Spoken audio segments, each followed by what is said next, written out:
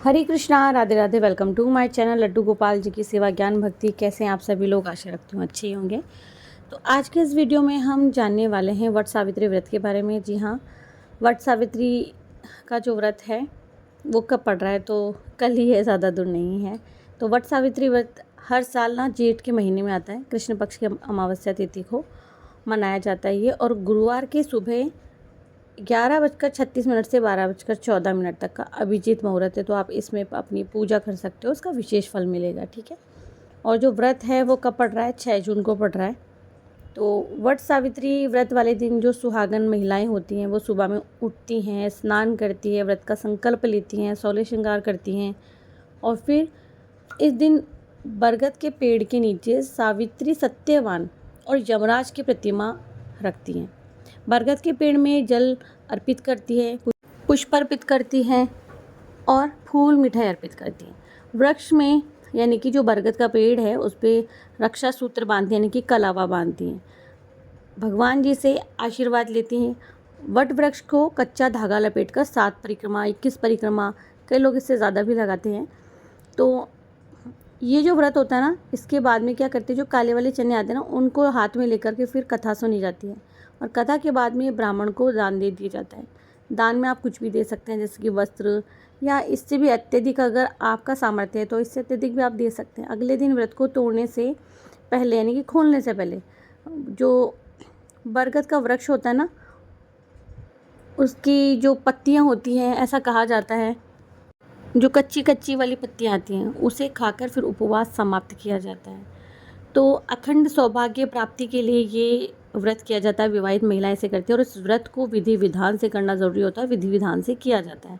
What वृक्ष की सनातन धर्म में बहुत मान्यता आप सभी जानते हैं, और वट वृक्ष धरती पर जीवन का प्रतीक है, ये भी आप जानते हैं।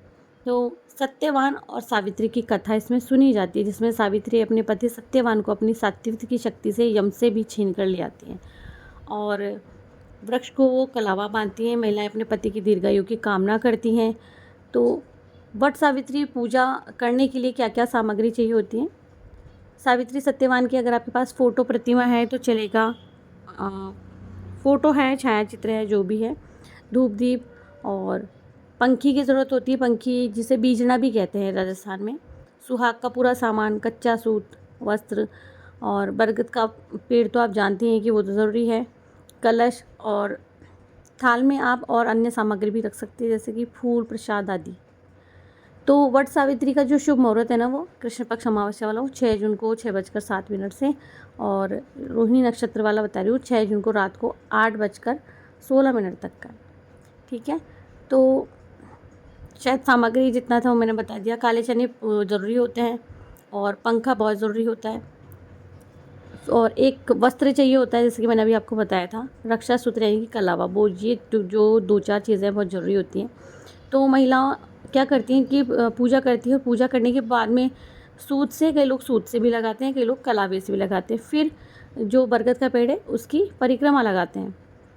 तो पूजा में रोली, कलावा, पान सुपारी, फल, या आम, जो आम के डंठल, आम के पेड़ के जो डंठल होता है ना, उसके सहित आम लेके जाते हैं, या खेरी लेकर के जाते हैं। तो ये मैं उसके अनुसार बता रही हूँ, जैसे मैंने मेरी फ्रेंड की मम्मी को करते हुए देखा है। और मिठाई लेके जाते हैं, पकवान लेके जाते हैं, गंगा जल की झारी लेकर के जाते हैं, यानी कि पानी, और वट वृक्ष की पूजा करते हैं। इस दिन ना जल और पंखे का दान ज़रूर से करना चाहिए। पंखा यानी कि वो जो बीजना होता है ना, उसका दान ज़रूर से करना चाहिए। और और पंखे से ना अपने हस्बैंड को वो पंखा भी झलते हैं, पतिदेव को पंखा झलते हैं। तो ये चीज़ें होती हैं इस दिन। आप चाहें तो अगर कोई भी महिला से व्रत रखे, कई लोग तो इसे देखिए निर्जल भी रखती हैं, कई महिलाएं इसे निर्जल नहीं रखती हैं पूजा के दिन, जैसे कि कुछ फल आदि ग्रहण कर लेती है पूजा करने के बाद में। तो ये आपके ऊपर है। आप इस दिन जैसे कि कोई भी ऋतु फल है, तरबूज हो गया, तरबूज हो गया, खरबूजा हो गया, ये सब चीज़ें आप ग्रहण कर सकते हो। देखिए, वट सावित्री व्रत में ना आरती का होना भी बहुत ज़रूरी होता है। आरती ज़रूर से करनी चाहिए। कहते हैं कि अगर वैवाहिक जीवन में कोई परेशानियां भी चल रही होती है ना, उससे भी छुटकारा मिल जाता है, और जो है पति की आयु है वो भी बढ़ती है, ऐसा माना जाता है। तो जैसे कि जो पूजा का मुहूर्त था वो मैंने आपको अलग से बताया। तो पूजा का बस बता ही दिया मैंने आपको कि 11:52 से 12:48 का ये पूजा का है। इस समय आप वट वृक्ष की पूजा कर सकते हैं। इस दौरान पूजा को संपन्न जैसे हो जाए फिर उसके बाद में आप दान करें। दान करना बहुत ज़रूरी होता है। और परिक्रमा कर जब करें, अगर आप मंत्र जाप करते हैं तो परिक्रमा के दौरान मंत्र जाप करें। देखिए, कुछ महिलाएं ऐसी भी होती है जिन्हें नहीं पता होता है, जो नई नई व्रत रख रही हैं, जिनके घर में कोई बताने वाला नहीं होता है, और जिनके घर यहाँ कुल के अंदर मान्यता यही है, जिनके यहाँ पूजा होती है वो लोग तो पूरा विधि विधान जानते हैं। जो नहीं जानते हैं बस उन्हें ये ध्यान रखना है कि महिलाएं ना इस व्रत को निर्जल भी रखती है। लेकिन इस गर्मी को देखते हुए आपको लगता है कि निर्जल व्रत रखा जा सकता है ये वाला, तो ये तो भक्त के खुद के सामर्थ्य के ऊपर ही है, वो कैसे रखेंगी, रखने वाली जो भी महिलाएं हैं। तो मैं तो यही कहूँगी कि भाई पानी वाला, जैसे निर्जला एकादशी वाला व्रत होता है ना, कई लोग भाई निर्जल ही रखते हैं, कई लोग नॉर्मली सागार का व्रत रखते हैं, तो ये आपकी इच्छा है। दूसरा ना 12 चने के दाने के साथ में ये व्रत खोलते हैं, उसका होना बहुत ज़रूरी होता है। इस चीज़ का आप बिल्कुल ध्यान रखें, क्योंकि नई नई शादी होती है तो कई लोग नहीं जानते हैं और इस व्रत के नियम के बारे में, और ऐसे ही कर लेते हैं। तो इन चीज़ों का ध्यान रखना है आपको। वो कोई भी व्रत करे बस पूरी निष्ठा से, भाव से करना चाहिए, और किसी चीज़ का होना ज़रूरी नहीं होता। क्योंकि कई लोग क्या करते हैं ना, जैसे कि सुबह में जल्दी उठ के पूजा करेंगे, वट वृक्ष की पूजा करेंगे, पूरी निष्ठा से ईमानदारी से व्रत करेंगे, और इतना गहन व्रत रखते हैं कि इसमें एक बूंद पानी भी नहीं पीते हैं, और ना ही जो है अन्न का दाना ग्रहण कर पाते हैं, फलाहार भी नहीं करते हैं। तो ये व्रत बहुत कठिन होता है।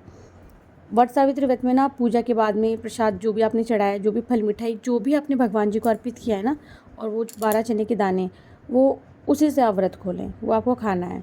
और चना खाने के बाद में ही आपको बाकी का भोजन करना है, ठीक है। कहते हैं कि अनाज ग्रहण नहीं करते हैं, मतलब इस दिन ना जो चना होता है ना, उस चने से बनी हुई चीज़ों का ही सेवन किया जाता है, ऐसा कहा जाता है।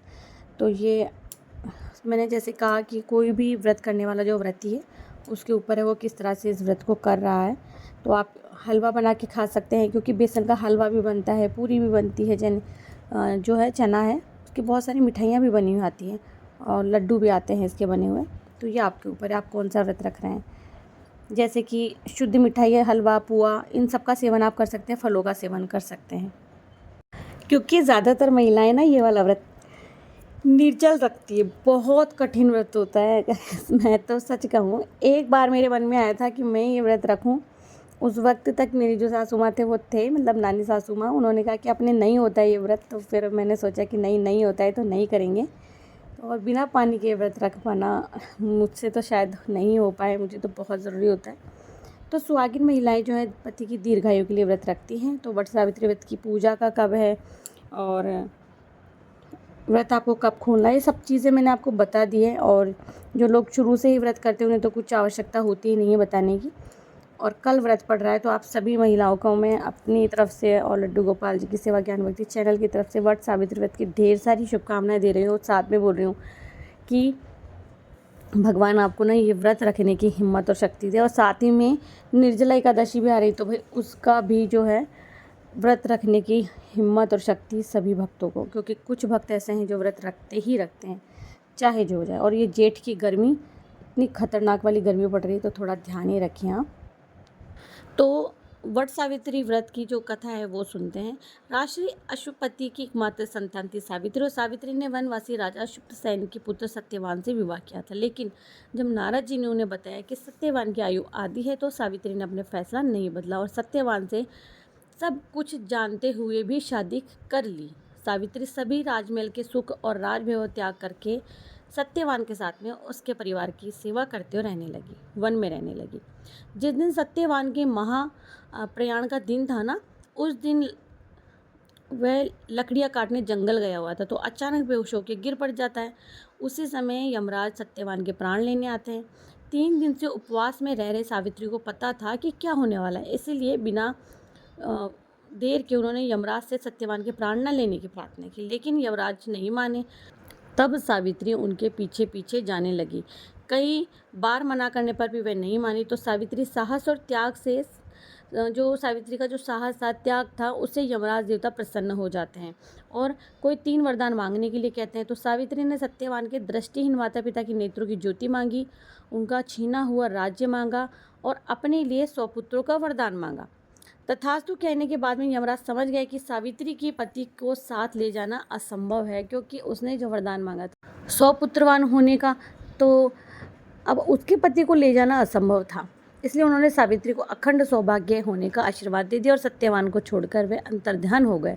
उस समय सावित्री अपने पति को लेकर वटवृक्ष के नीचे बैठी थी। इसलिए इस दिन महिलाएं अपने परिवार और जीवन साथी की दीर्घायु की कामना करते हुए वट वृक्ष यानी कि जो बरगद का वृक्ष है वहाँ पे भगवान जी की पूजा करती है, वट वृक्ष की पूजा करती है, उस पर धागा लपेटती है परिवार के साथ में और आशीर्वाद लेती है। तो पूजा और कथा तो बहुत इजी है इसकी। तो जैसे ही बरगद की पूजा करते हैं उसके बाद में आरती और कथा करते हैं और अपने बड़े बुजुर्गों का आशीर्वाद भी लेते हैं। तो पूजा कोई कठिन नहीं है, बस इसका जो व्रत है वो बहुत कठिन होता है। तो कोशिश करें कि भाई थोड़ा गर्मियों में बार बार बस यही कह रही हूँ, पूजा की थाली में कुछ नहीं, आपको कपड़ा रखना है बरगद को उठाने के लिए, कलावा रखना है, कच्चा सूत रखना है, आपको भोग लगाने के लिए जो भी आपने बनाया है जो बाज़ार से लेकर के आए वो 12 काले चने लेने हैं, आपको पंखा लेना है, बरगद को भी हवा करनी है, उसी से पत्ती को भी करते हैं, ठीक है। और पूरा प्रॉपर श्रृंगार करके आप जो भी आप साड़ी पहन रहे रेड कलर की या कुछ भी, पूरा 16 श्रृंगार करके ही इस पूजा को किया जाता है, तो वो करें आप।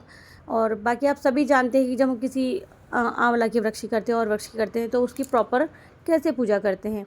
और जो लोटा है वो जल अर्पित करने के लिए लेकर के जाते हैं। और परिक्रमा तो हम लोग करते ही करते हैं, चाहे तुलसी की हो, केले की हो या वट के वृक्ष की हो, बरगद के वृक्ष की हो। तो आशा करती हूँ कि वीडियो आपके लिए इन्फॉर्मेटिव हो। अगर इन्फॉर्मेटिव है तो प्लीज़ आगे शेयर कर दीजिएगा। वैसे आप सभी को पता है जो व्रत करते हैं वो कल सावित्री की वट सावित्री व्रत की कथा भी सुननी है, आरती करनी है। तो मैं मिलती हूँ नेक्स्ट वीडियो में। हरे कृष्णा, राधे राधे।